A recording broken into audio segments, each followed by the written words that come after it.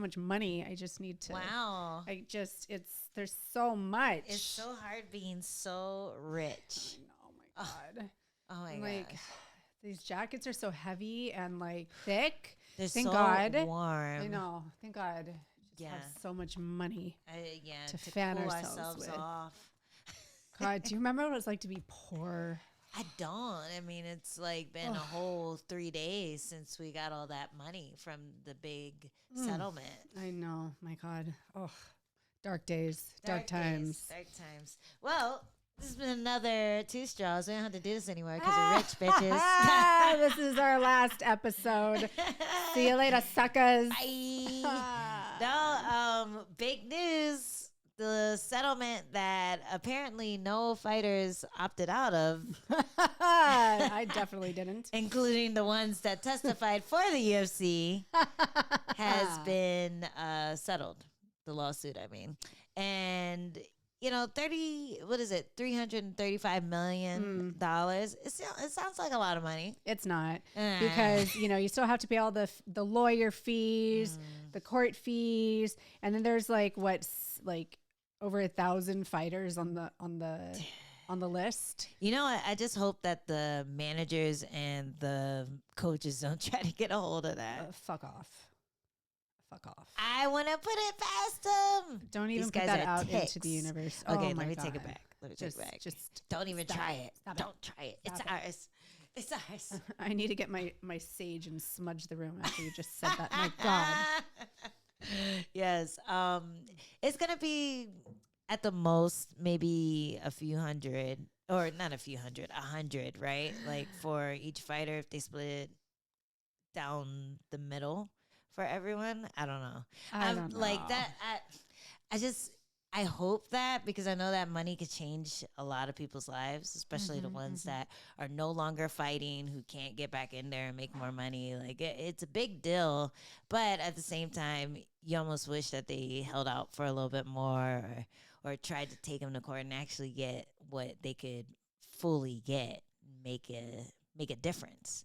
Yeah, there are some, you know, ex-UFC champions that were on the roster for a long, long time and not making, you know, the money that the champions do now. Yeah. And so I wonder, you know, what that money looked like back then compared to now. Obviously, you know, the UFC is blown up and it's so much bigger and making so much more money. So I do wonder what exactly they were getting paid and what their sponsorships looked like and all that kind of stuff. I really hope that, especially the veterans that paved the way for us, you know, get something substantial. Yeah, I hope they get their cut and they're happy with it. But yeah, I don't know. I think it's been kind of people on both sides. Like some people are saying, "Oh, that's a great thing that happened," and other people are like, "That's not gonna do anything. If anything, you're just taking a quick payday." But I hear that there could be another lawsuit for a different kind of time period, because that was for a certain chunk of years, and then they're gonna probably do another one for another certain chunk of years where there's gonna be more money having been made, more fighters that can cash in on that. So we'll see if that becomes like a thing that happens. The crazy thing is that even if they paid that a few times over, like they settled for that much money, like it's still chump change. Just a drop in the ocean. Yeah. Of their Dr. Scrooge pool of money. Oh my goodness. Mr. Dugsworth, be generous, please. Yeah. Share with us commoners. Give us a couple shillings, just a few more for our mini coats. Which are totally real, by the way. This is real Lefford. Yeah. Well, I'm hot. It's a little stuffy, to be honest. But we had a lot of hot MMA news to get down to. First, dude, did you see what happened with Raul Rosas? Yes, I did. He is in big trouble with his parents. Dude, that's so wild. All right, so how old is this kid? Is he 18 or? What was he, 17? I remember he needed his parents to allow him like to like sign a waiver, which I mean, this is not unheard of. Did he? Okay, This is not I unheard didn't hear of. about that. So I mean, he's young enough to where when he started fighting, he actually like needed parental consent. Oh, Yeah, poor I remember Chris Horodecki, the Canadian who was in like the IFL. Maybe no, I think he was just in the IFL. But I remember he was so young that when he started, he needed like parental consent as well. Was he like 16, 15? Yeah, he was really young. I think by the time he got into the IFL, he was like maybe 18, 19, like kind of like Raul Rosa. But can you imagine that? Like, I don't care if you're a UFC fighter, take out the garbage. I'm like, bro, you've made a couple paychecks. Why are you still living with your parents? You know, because again, management fees. I mean, I don't know what he's getting paid, but he came off of the Contender Series. Am I correct? Yeah. So maybe he's at that like beginner contract. No, but he's already a big name. I feel like he's already making probably. He's more already than I fought am. on the pay-per-view cards. Yeah. Like or on the main event of a pay-per-view card. Like he's getting enough to share a room in an apartment with a teammate or something. For sure. Like you can move out of your mom's house. You can always go back to do your laundry or to, by the looks of it, beg her to do yours. Beg mom That to do is that a Latina laundry. mother. She's not letting him do his laundry or make his own food. Yeah, but dad is the one that put his foot down. Apparently, allegedly. I'm not sure how reputable these sources are, but I would love to get to the bottom of it. I would too. I want to know what chores he wasn't doing. He probably, you know, I mean, he's a big UFC fighter. He probably doesn't want to do the dishes anymore. Not that he ever did. He probably doesn't want to clean up his room, which probably his mother did. Maybe he didn't want to do his homework anymore. Maybe he's like, you know what, this school thing isn't for me. Although I think he was already homeschooled. Who knows? I'm like, what are you complaining about? Just do it. I wish I was still living with my mama. Right? All you have to do is take out the trash. That's the bill you have to pay. Easy. I'm all about like Easy. labor. I'll do labor before I give up any money. I will work trade overtime. for it. What do you need me to do? Yeah, we'll work for food. These kids, man, they don't know how good they got it. You know, they're dying to grow up and be independent, and then they realize You got to pay for internet. You got to pay for electricity. You have to pay for trash and all this other stuff. You got to pay for food. yeah. That's so nice, is it? Nope. Gas. You know how much Crawling gas back. is? Oh, It's ridiculous. especially out Car here. insurance. Dude, yeah. Oh my God. Where does he live? Where's he from? I feel like he's training in Vegas though. Every time I hear about him, he's out in Vegas, but he might not. He might just be in fight week all the time. Maybe. I don't know. But that's hilarious. Yeah, He he probably wasn't cleaning behind his ears.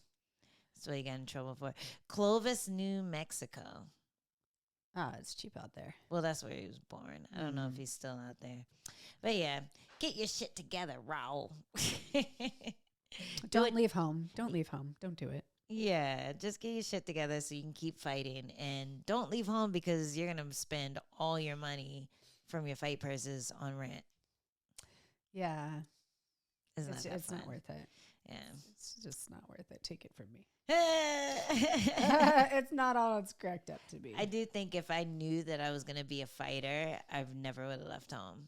Like, just because of how broke you are. But at the same time, I set out to be an artist, which is just bad. That's not my. That's like a lateral move.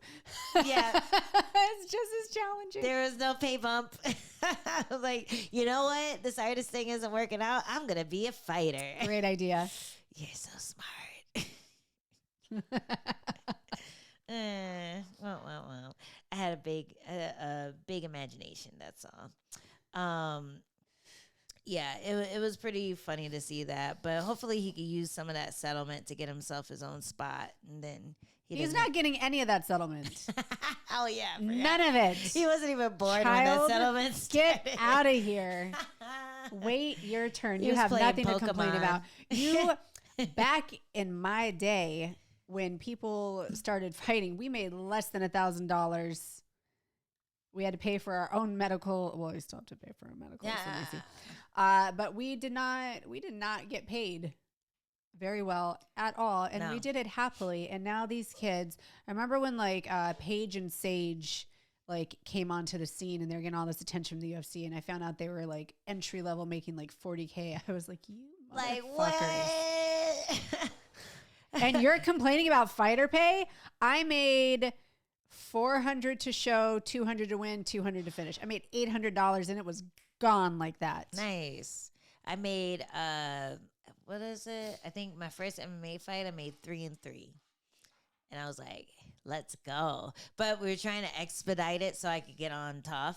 So we were like, okay, this isn't gonna work if we just pay them regular. So we took part of my show and put it on their show. And that was why it was so low. Mm. And then she signed a contract and I fucked her up. Gotcha, bitch. But you know, I had to take a hit for that. And I never really got paid until I got on Tafa. Yeah. And I was like, wow, $2,500 a week? Was it that much? It was something like that, right? No. What was it? I thought it was $2,500 a week. Maybe it was 15. I don't think I got paid that. It was something hundred a week. And we got paid for, what was it, 8 weeks, 7 weeks? 7 weeks. Yeah. Yeah. Which isn't a lot of money to be on national TV.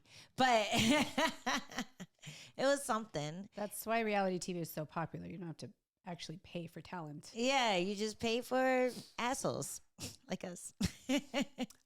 Enjoy. You're welcome. Enjoy the entertainment. Give them something to talk about. Yeah. And then after you got off the show, I think it was 8-8 at the time. Or maybe 10-10. No, it was 8-8. It was 8-8 at the time. When they went up to 10-10, I was like, oh, wow. Okay. That's so nice. Wow.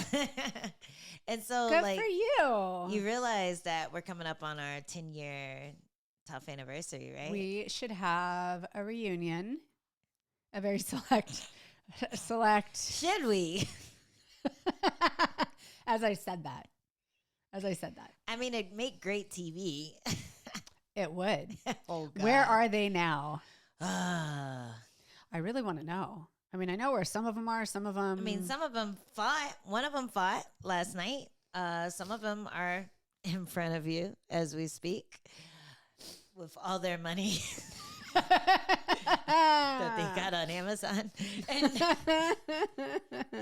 But yeah, there's a few of them that are just kind of wandering the earth like nomads. Yeah, and some of we never heard from them again. I think we should pitch that to Netflix. That is Netflix worthy TV right there. I feel like it is just like a summer house. Like, you know how they do like No. shore house, summer house? No, Yes. Okay, that's where I draw the line. No, it has Yes. to be the reunion show when you all sit on a big couch and then you talk. I can't go back to a house with those girls. I refuse. I feel like you would be the last one who would. I am. Oh, okay. Absolutely am. You know me. Oh my God. Come on. No, I don't want to do that. I would love to do a reunion show though. I could do like an evening, or like, you know how on Love is Blind they have the little party, like they'll like, I'm sure they're lying, but they'll say, oh, so and so has a birthday. Wouldn't it be great if we got the whole cast together for their birthday? And then everyone shows up and they're like, how could she show up on my birthday? Bitch. You know, like I think that would be cool. We could do something like that. So you want to drink with these women? I would spend an evening. Do you remember with them, not like another what week. happened at the rap dinner? Ooh, when we were all drinking and eating together. It was great. It was I have great. no regrets from that night. I let my hair down a bit. Yes, you fucking did. And no one was mean to me after that. Like, oh, she's a feisty one. She's different than on the show. Where did that come from? Now that the cameras are off, bitch. I see you outside. On the parking lot. Yes, I'm getting paid. I already did my dues. Yeah. So yeah, I think we should pitch that little reunion show. 10 years ago, Raul Rosas was 6 years old. Fuck Well, off. he wasn't that young, but No, he probably was. No, He was- I don't even think he was that old. maybe 8, 7 or 8. You keep going up. I feel like he was even younger. No, he's 18 now. I'm bad at math. Math. Oh God. I'm bad at math. All right. Anyway, let's move on to a little bit of fight news. Did you watch the fights last night? I did. How was Not it? closely, but I Oh, did. what I were was just you kidding. doing? What were you up to? Nothing. Oh, yeah. I think everyone's kind of in that boat. Like, there's a couple fights that you're like, oh, okay, I'll make sure I tune into that one. But then most of the cards, you're just like, oh, who's this guy? Oh, that was cool. All right. Anyway, back to my video game. You know, like Yeah. kind of that type of fight card, which I think is actually good for MMA. I know a lot of fans like to talk crap about, oh, we have these fight night cards, there's no name value, this and that. But I really do feel like MMA is getting to that point where it's something that you look forward to every Saturday. Like, you go, you watch the UFC. It doesn't matter who's fighting. If you're a super fan, then you're just happy that there's fights on and there's something new to talk about at the end of the week. So I feel like it's a good thing, even if we're not having these big, crazy pay-per-view-esque cards. It's a great thing. Otherwise, we wouldn't have, a podcast. And all this money. Yes. I think it's great 'Cause that of it all the happens fights that every we week. have. It gives us something to talk about, Angela. Yeah. I agree. Yeah, I agree too. What did you think about the main event? Rose versus Ribas or Hebus. Hibas. Hebas versus They were- Namajunas. Thug Rose. Yeah. I heard commentary talk about how Rose is sometimes too cautious or composed. Composed was the word, I believe. Like composed to a fault is what it's Yeah. probably what they said. Yeah, that was Laura that said that, right? Yeah. Yeah. I think that Rose did exactly what she needed to do. I thought that she was reading everything as well as she could. I think that Hebus poses like a challenge in that she has like really odd rhythm. She's very unconventional, unorthodox. So it's really challenging to get her timing, but I think that Rose was really patient. She got the timing. Her counters to the throws were beautiful. Mm-hmm. And I think she, except for maybe it was the third round, I think I gave Hebus. Yeah. I think that's the only round I gave her. But I thought that she did really well. And even though people were kind of complaining about that, I was really impressed. Yeah, same. I think the problem of Rebus's rhythm is that there is none. She's just jittering, kind of jitterbugging across the cage and coming at you and throwing shapes in the air. And you're not really sure what's going to come. But then when she actually throws something, it's good. It's a real nice, fast spinning heel kick. It could be a quick kick upstairs. It could be a 1-2 straight down the pipe, but the rhythm before that happens is a little chaotic. And You kind of get like lulled into like, what's going to happen? Oh, yeah, it happened. Yeah, exactly. And like Rose is finding the timing, but I think it was hard for her to figure out when to follow up on a punch. Like every now and then she would land a big cross over the top, or she'd land a big hook, but then she didn't know when to go cross hook or hook cross hook. Yeah. It was hard for her to figure out when to commit to a combination or when to just like try to catch her as she's coming in with a big crashing punch. So I felt like she did a good job with just still scoring and landing the better shots. And I think Ribas kind of gave the fight away because she was doing well with just being unpredictable and landing her own stuff too. But then when she would do weird stuff like go for the hip throw that got reversed or go for like a rolling knee bar, stuff that you kind of know it's going to get reversed, especially after the first time, especially after you feel them in the first round and you feel like the top pressure. She still kept going for these things that had low percentage chance of working. And I felt like if she had just stayed on the feet, even she might have been more convincing on scorecards. I agree with that. I think that when she was coming forward and creating more volume, she was doing really well in scoring. But then she went back to just throwing one big kick, and like a lot of her stuff ended up being telegraphed. As the later rounds, as we got into the later rounds, Rose was really picking up on like the big shots, and I know that her corner told her that she was down. We did a knockout, and she was trying to deliver that. She was doing everything she could. It's just, something that I think is a big takeaway from this fight is to work on your setups. Yeah. Or follow-ups after a kick. It just can't be just one huge movement. Yeah, for sure. And just to not do the stuff that's not working over and over again, And I mean, I love that kind of stuff. I love throws to a knee bar, but like it did not work. It didn't work. Don't do it again. She kept going to do another throw. She kept going to that throw, or use that throw to set up a different throw. Exactly. And it kind of worked with that one sagging hip throw that she got when she caught the head and then spun to the right side and was able to get on that side control. I think that was the third round you were talking about. And I was like, okay, this might be the moment that Ribas figures out the method to getting to Rose and getting on top of her and getting to her back, because she transitioned real nicely in that round. But she never got close again. And I think she got a little desperate when she couldn't get a hold of Rose in the fourth and fifth. And that's when she started doing these sacrificial kind of rolling things and ending up on bottom and just being content down there. And that's not what you want to do to win an MMA fight, because the optics of just being on bottom, even if you're throwing punches, even if you're trying to score, you're still underneath them. They can still hit you. They're still controlling. Yeah, it was a good effort. I thought it was a technical fight to watch. It was a good fight to watch. People were kind of criticizing the commentary a little bit because they were a little biased towards Rose. And I feel like sometimes people complain if they really want someone to lose. And I think the fans have been kind of split down the middle with Rose recently. Like they're either really for her or really against her.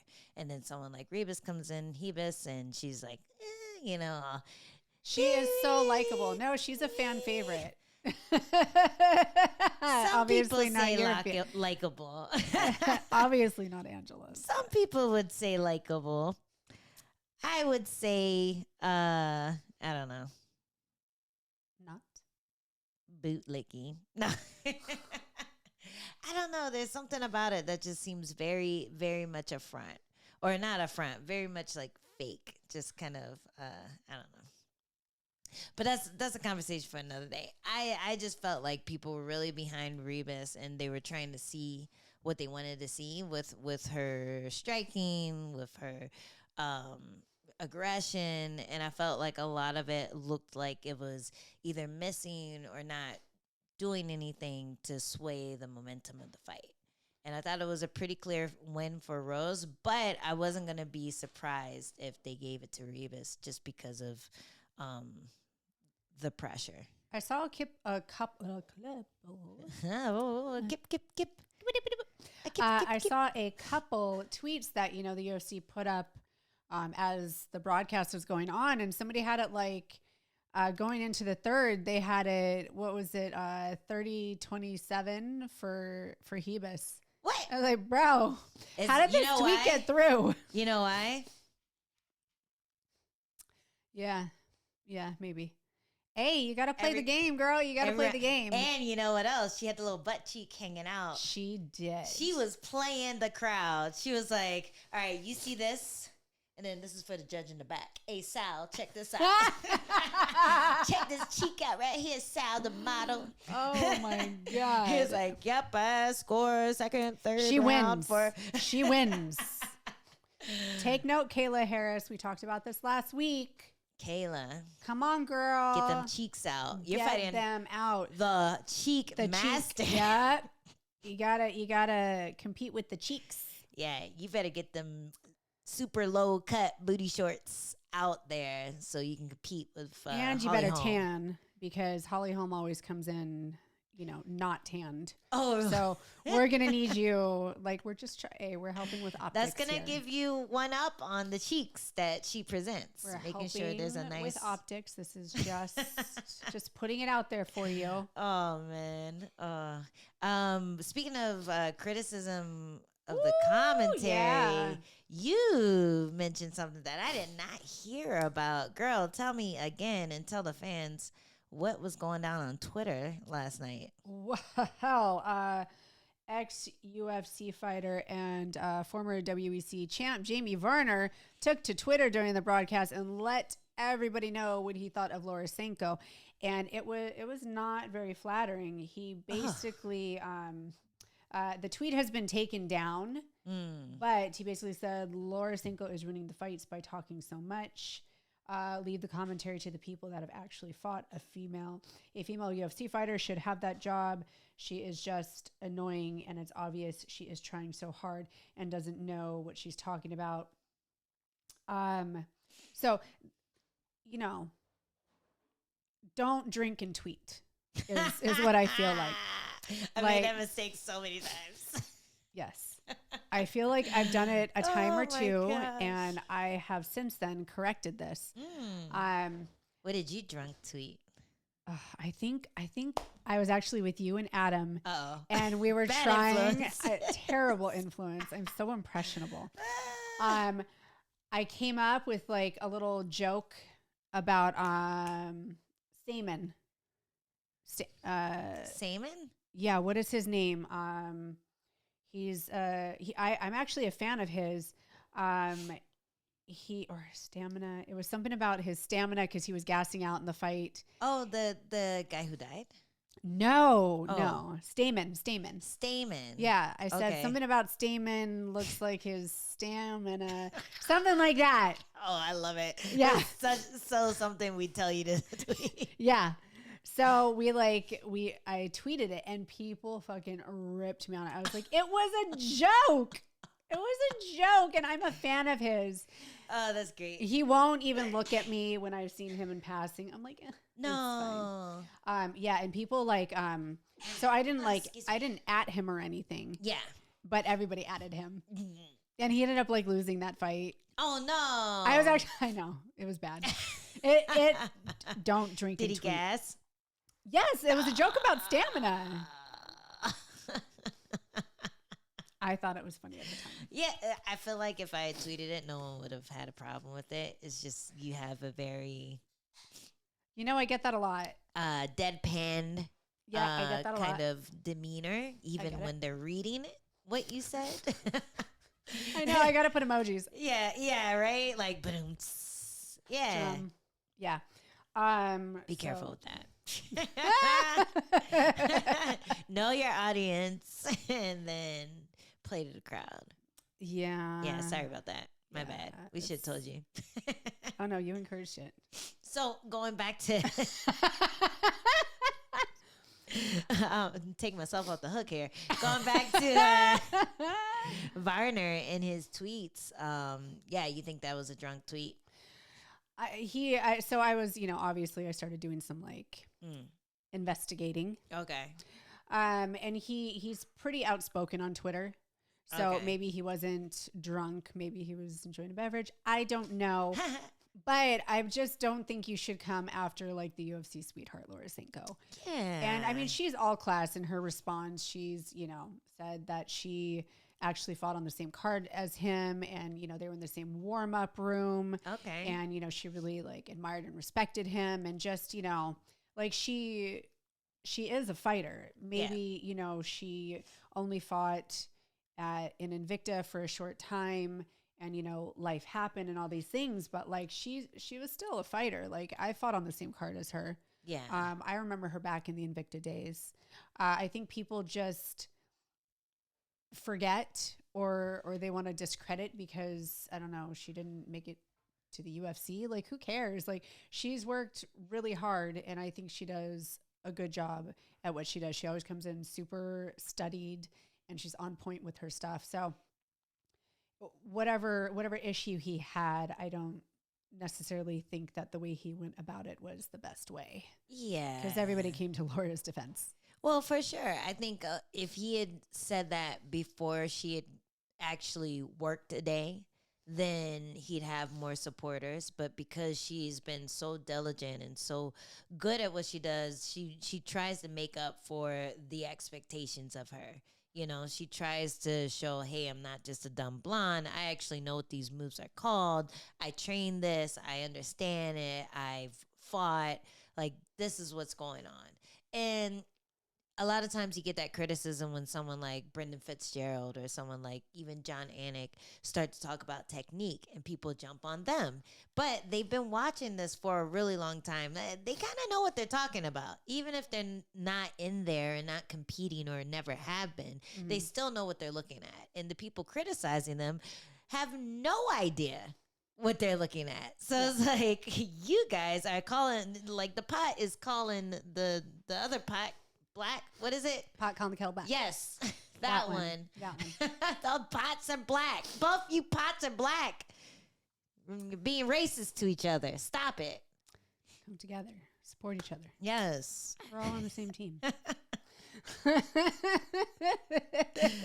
So I hate it when people do that, but at the same time, because this is an opinion that a lot of people also have said in the past when Laura Sanko got the job, why isn't a UFC fighter? Who? You know, who would it be? Like, I can't do it. I'm fighting. You know, you're fighting. I think it's really hard to be an active fighter and to be the first female on there, the one to get all the criticism, the one to try to raise the ceiling for everyone to come afterwards. So I feel like it's almost a blessing in disguise that it was Laura Sanko. I don't feel like there are any females that I see right now who are retired that are doing the job as well as she is. And I feel like people like us who do work on our craft, who do try to become well versed in like talking about fighting and getting to that point eventually, I think she's creating a job for us in the future. Absolutely. And so that's why I like that she's there. And that's why I don't have a problem that she's there, because she kind of did the hard work for us. She's a pretty face. She goes in there. She knows what she's doing. She's proving to the guys that she can hang, and that girls who hang out in gyms aren't going to make you feel weird when you're doing your locker room talk and all that. And I think she's been a really good ambassador for any future female commentators, especially ones that used to fight. I completely agree. I just think that, you know, if it was going to be anyone, I'm really glad that it was her. And I think she represents, you know, women in the sport, in commentary and broadcasting. I think that she represents us very well. And I think she has single-handedly like opened a lot of doors and opportunities. Yeah. You go, girl. Thanks, Laura. Holler. We'll see you on the all-female panel in about 5 years. I know. I need to make my MMA view panel a thing. That would be fun. It's been in my visualization board. Your vision board. Yeah. Yes. Okay. Yeah, it's been up there for years. Yep. It'll happen. Just keep visualizing that thing. Yeah. And Varna, you watch your mouth. I know. That was disappointing. It's always disappointing. Not surprising sometimes, but disappointing when, you know, fellow MMA fighters, males in, you know, specifically talking about the male MMA fighters, are not supportive of their female counterparts. Yeah. It is disappointing, because I like to think that, you know, we're all in this together. We're all trying to do the same thing, achieve the same thing. We just happen to be in, you know, different divisions and genders. But we have the same goal. And, you know, I just would like to see, you know, us stick together and support each other and keep raising that ceiling and keep creating more opportunities for each other. So it is disappointing, you know, especially can you imagine if you like heard somebody that you like look up to and respected say that? Like, I know it's the hardest thing. It really is fucking stings. sad. It makes you sad. But I think that's probably why he took the tweet down. And if her responding like that humbles you a bit. That shows you, oh, she did fight on the card. Like, oh yeah, I forgot that little skinny girl was you. Oops. It must have been an amateur card, right? Because she only fought in Invicta, I believe, or maybe there were some other like local unless circuit. Varna was fighting in Invicta. Which I don't think he did. I can't find the tweet, but but the way she responded was 100% class. Good job. Yeah, Good well job. done. Great example. Yeah, and like in his defense, he was probably trying to big up the UFC, the female UFC fighters who might have been passed up on the opportunity. But I honestly don't feel like the opportunity was there. Mm-hmm. You know, like there was no passing up. Laura kicked down the door and made herself a spot, and now we have like a little hole to crawl into one day because she barreled it out for us. So thanks for that. So moving on to the prelims on that card, I think we got to talk about the bite. The bite of the night bonus. Oh my God. Speaking of burrowing a hole, that thing. So how convinced were you before you saw it that the guy had bitten him? Because I was like 50-50. I know that sometimes you get stuck in a position and your lips are getting moved around and it might feel like you bit someone when you didn't do it intentionally. That guy looked like he was burrowing. No, that's what he looked like. The way he was like, I was like, bro, what is happening? And then I remember I like walked into the kitchen and I walked back and then like it had been like timeout had been called. And then I heard what was going on with Chris Taglioni and all that stuff. And I was like, what happened? They're like, fight's over. I was like, what did I just...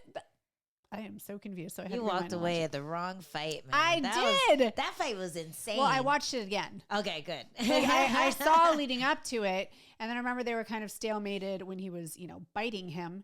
I was like, oh, I can run to the fridge right now. This is fine. There's a break happening. And Skin it was break. Absolutely.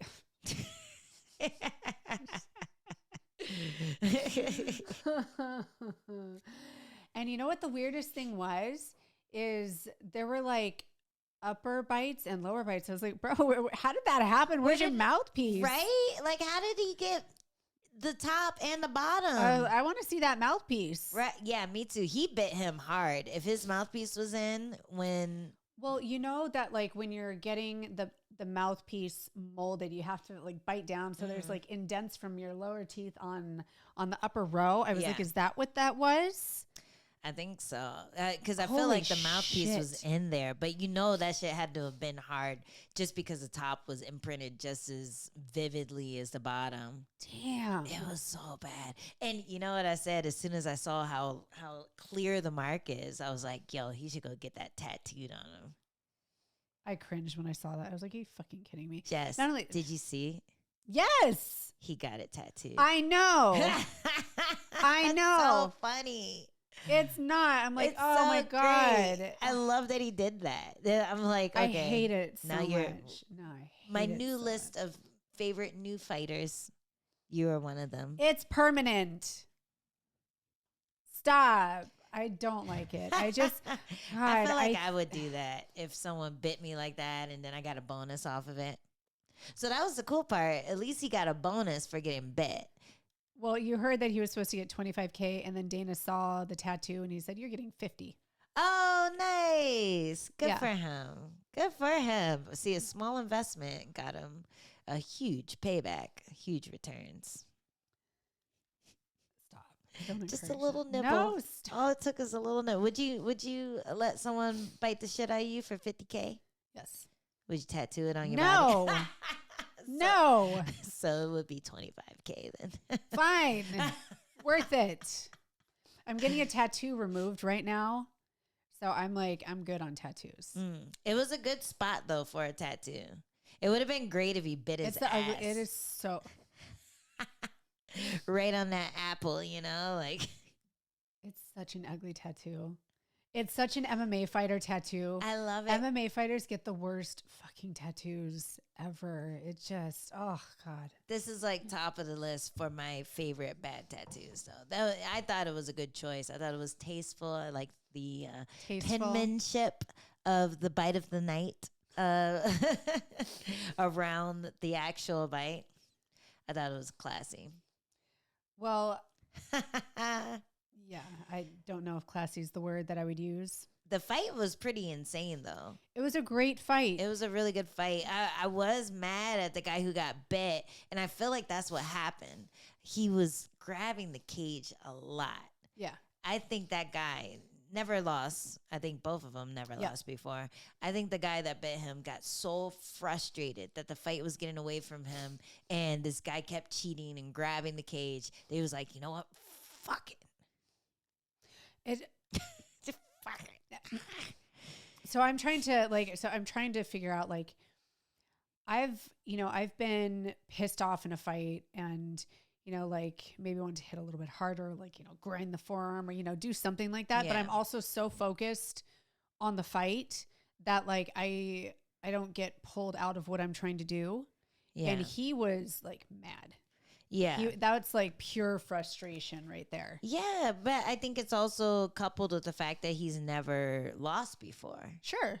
So he's getting cheated against. He's feeling like this isn't being addressed in the right way, like they're not taking a point. He's losing takedowns. He's the guy's using the fence to literally get back up, and the ref doesn't say anything. He just warns him. So he tried to go for another takedown. I feel like he was about to grab the fence before he got bit. No, he was like, that's probably why he bit him. He was like, you're grabbing the fence. I'm going to bite you so you give up the takedown. Yeah. Because you are cheating.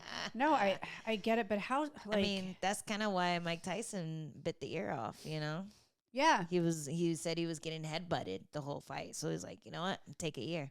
Yeah. Hopefully that's how his fight with Jake Paul ends. Oh my God. I'm so upset about that fight happening. I don't like anything about that. Yeah. I just don't. I would love if he got bit.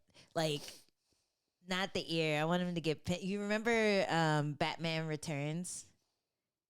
And yes. The scene when Penguin just like bites out. Yes. I actually just watched that. I watched that on a flight. The last flight that I took. Good. That movie holds water, and freaking Michelle Pfeiffer. My God. Yes. My God, there is no other Catwoman for me. She was amazing. Amazing. I dressed up as Catwoman maybe 3 Halloweens when I was a kid because of her. I always wanted to dress up as Catwoman because of her. Yeah, and my mom let me use the little sewing needle things. Holy shit! We got into Halloween. Damn. Yeah. I was like, it has to be those because that's what she did in the movie. It was so good. So good. Oh, she's so good. She's so good. She's wow. Yeah. So that would be fun, but. Where were we? The fight was pretty wild. The one before he got bit, and then he got bit, and unfortunately for that guy, that cost him his UFC ticket contract. Yeah. Can't do you think that was just? Yeah. Yeah. You can't do stuff like that. I feel like there was a guy recently, maybe a couple years ago, that it looked like he intentionally kept fouling the guy. Like he kicked the kid in the nuts maybe 3 or 4 times, and they ended up cutting him after that fight. And it's like, even if it's an accident, you're a professional, and this happened all in one round. Yeah. Like, you should have better control of your weapons than that. And it makes the promotion look bad. Mm-hmm. So I definitely feel like it was just, you can't have people in there biting. What's going to be next? Eye gouging, fish hooking, like trying to bite something that can actually come off, biting a finger. Like there's so much dirty stuff that you can do. We have every tool almost in the book, but you want to do the dirtiest thing? If he fought for another promotion, I think they would let it slide. Which one? Bellator. Oh yeah, no, they don't give a fuck. You can do anything. You can do anything. Yeah, Bellator. you do whatever you want there. But UFC is trying to keep up standards. You know, they're No, a I well-run appreciate that. machine, and I appreciate that. people are busting down the door trying to get in. So get rid of that guy. You can find another undefeated guy on the block in Vegas somewhere. You know, it's pretty easy to come across talent. So you fucked up, bro. It's a shame. Yeah, I did. I got really sad for him first. I mean, again, I think it's completely fair and legit. I just feel so sad that moment of lapse judgment or anger or reaction or whatever it was that he was feeling, he allowed that moment to just completely take away his opportunity. Mm-hmm. You know, some people never make it to the UFC. Some people never make it to the big league shows. And for him, in just one moment, just gone, wrecked it. Yeah. And, you know, because it was his debut, too, that's what made it even more likely to happen, that he just mess up in such a huge way because he was so desperate to hold on to it, you know? So makes it even more sad. Yeah. Yeah, poor baby. You'll be all right. You can go to Bellator. They'll take you. Yeah, PFL. Get in that PFL tournament. Yeah, you can make $1 million now. Wouldn't have done that in UFC. You were part of the lawsuit. Nope. Sorry about it. What did you think about the co-main? The co-main? Yeah, you had Karl Williams versus Justin Tafa. He was filling in for his brother, who ended up fighting for We saw him. Yeah. Yeah. And then the fight was it was kind of an interesting fight. I think a lot of people weren't sure who won. It was kind of split down the middle. I think a lot of people thought that Tafa won. But it was one of those typical grappler versus striker matches where he did all the damage on the feet, and then Williams was able to get him down and sit on him, and he couldn't get back up. Yeah, I'm noticing this is a pattern with some of the Aussies. Mm-hmm. Great striking, not so great takedown defense, and get back up. Yeah. And it's, you've got to know that this is what's going to repeatedly happen once people see that it's open. That's how they're going to like come at you. So it's just, you really need to make these adjustments. It's becoming frustrating for me to watch. I talked about this last week with Tuivasa. It's the same kind of thing. And it's frustrating. I feel for them. I feel their frustration. I'm frustrated as a fighter and a fan watching it. Mm-hmm. Because, and again, I have no takedown defense. I pull guard. Like, I'm not. But they don't sit on top of you. No. Because you're attacking. And in Tafa's defense, he was attacking in his own way. At one point, it looked like he was trying to set up a Peruvian necktie. I was like, oh no, he doesn't know. You're just trying to get off. You're just. No, I saw that. I saw that moment. You saw it, right? I was like, oh. He did joke that he was a grappler now. Like, now he knows jiu-jitsu. So I think Karl Williams was a little wary of that just in case it was true. But then once he felt him on the ground, he was like, that's fine. It was a joke. Liar. Yeah. Good He one. almost got me. Ah. I actually kind of really like this Karl Williams guy. Why? He's just adorable. Like, did you hear his post-fight speech? He's like talking about his family, and you know he's gonna move his wife and kids down. And he has like this kind of lovable character. He reminds me of like an uncle or something.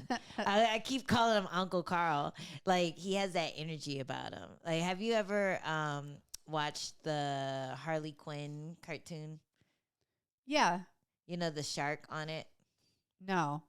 He reminds me of the shark character on it. Okay. It's like he's like this comedian, this black guy who's a comedian, but he just always sounds just like him. So I thought that was I watched a couple interviews and then I saw the fight, and I feel like people lean towards Tafa are more because of the popularity, and then you see the damage. Like he had him wobbly for a second in one of the rounds. I felt like Tafa won at least one round.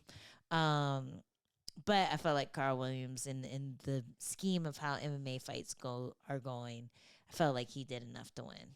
Sure. Yeah. I get that. And maybe I'm biased because I think he's like a lovable uncle character, but who knows? Well, you know that no bias, belongs in MMA, Angela. And I would like to ask you to please refrain from being biased.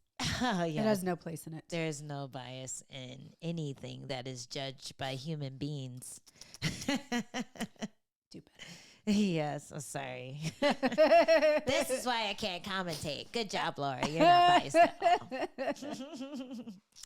All right. Well, I think we should take our little break.